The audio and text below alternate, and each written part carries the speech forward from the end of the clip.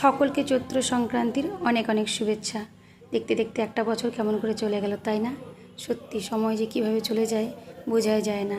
আজ সকালে ঘুম থেকে উঠে দেখি খুব ঠান্ডা ঠান্ডা হাওয়া দিচ্ছে।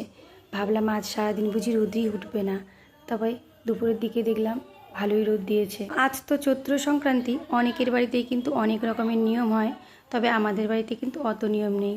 শুধু ছাতু, আম, কলা, গুড় এসব মেখে ভগবানকে ভোগ দিতে হয়, মানে ছাতু ভোগ দিতে হয়। নিম পাতা, পেঁয়াজ, রসুন এগুলো দরজায় দরজায় বেঁধে দিতে হয়। তবে জানো তো, আমি শুনেছি আজ নাকি ভাই ছাতু হয়, মানে ভাই ফোঁটার মতোই। আমরা যেমন ভাই ফোঁটার সময় ভাইয়ের কপালে ফোঁটা দিই, ঠিক তেমন এই সময়ও ভাই ফোঁটার মতো কপালে ফোঁটা দিয়ে ভাইয়ের হাতে ছাতু তুলে দেওয়া হয় ভাইয়ের মঙ্গলের জন্য। তো আমার সমস্ত ভাইকে ভাই ছাতুর অনেক অনেক শুভেচ্ছা ও ভালোবাসা।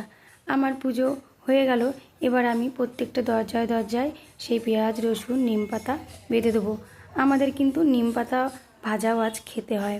তো আমার না ছেলে চলে গেছে বাবার বাড়িতে কালই, আর হাজব্যান্ডেরও আজকে ভোটের ট্রেনিং পড়েছে, তাই ভাবলাম মেয়ে আর আমি বাড়িতে থেকে কি করব, বাবার বাড়িতে চলে যাই। আমার বাবার বাড়ি আর মামার বাড়ি না খুব কাছাকাছি। তো আমার মামার বাড়ির পাড়াতে আজকে একটা বড় মেলা হয়, তো ভাবলাম প্রতিবার তো যাওয়া হয় না, অনেক বছরই প্রায় যাইনি, তাই এবার একটু যাই। বাড়িতে এসেই দেখলাম এই মুখোশ, মানে এগুলো আমরা মুখা বলি, এগুলো কিন্তু মা কালীরই এক রূপ। তো এই মুখোশগুলো পরে না গোটা মাস হয় আনন্দ, নাচানাচি করে ওরা। আর আজকের দিনে সেই ঠাকুরকে নিয়েই হয় মেলা। তো আমরা সেখানেই চলে এসেছি। তো মামা বাড়িতে এসে তারপরে বেরিয়ে পড়লাম এগুলো দেখতে। সেখানে একটি মন্দির আছে, সেখানে এই মায়ের নাচ হয়, আমরা সেই নাচগুলো দেখলাম। আর বিকেলে চলে গেলাম মেলাতে। মেলাতে তো অনেক বছর পরে আসলাম, ভীষণ মজা হলো। মেলাটা অনেক বড় হয়। শহরে তো অনেক মেলায় ঘুরি, তবে এই গ্রামের মেলাগুলোতে কিন্তু একটা আলাদাই আনন্দ থাকে। আমরা সব বোনেরা এসেছি, সবাই মিলে অনেক আনন্দ করলাম, ঘোরাঘুরি করলাম, একসাথে ফুচকা খাওয়া, আইসক্রিম খাওয়া, কতই না আনন্দ হলো। সত্যি এগুলোই তো থেকে যাবে সাথে, তাই না?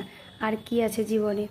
তো যা হোক, তোমরা একটু ঠাকুর দর্শন করে নাও আর ঠাকুরকে প্রণাম করে নাও, মা সকলের খুব মঙ্গল করবে।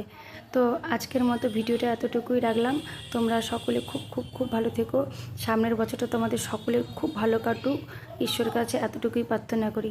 তো চলো আজকের ভিডিও থেকে বিদায় নিচ্ছি। তো আজকের মতো টাটা।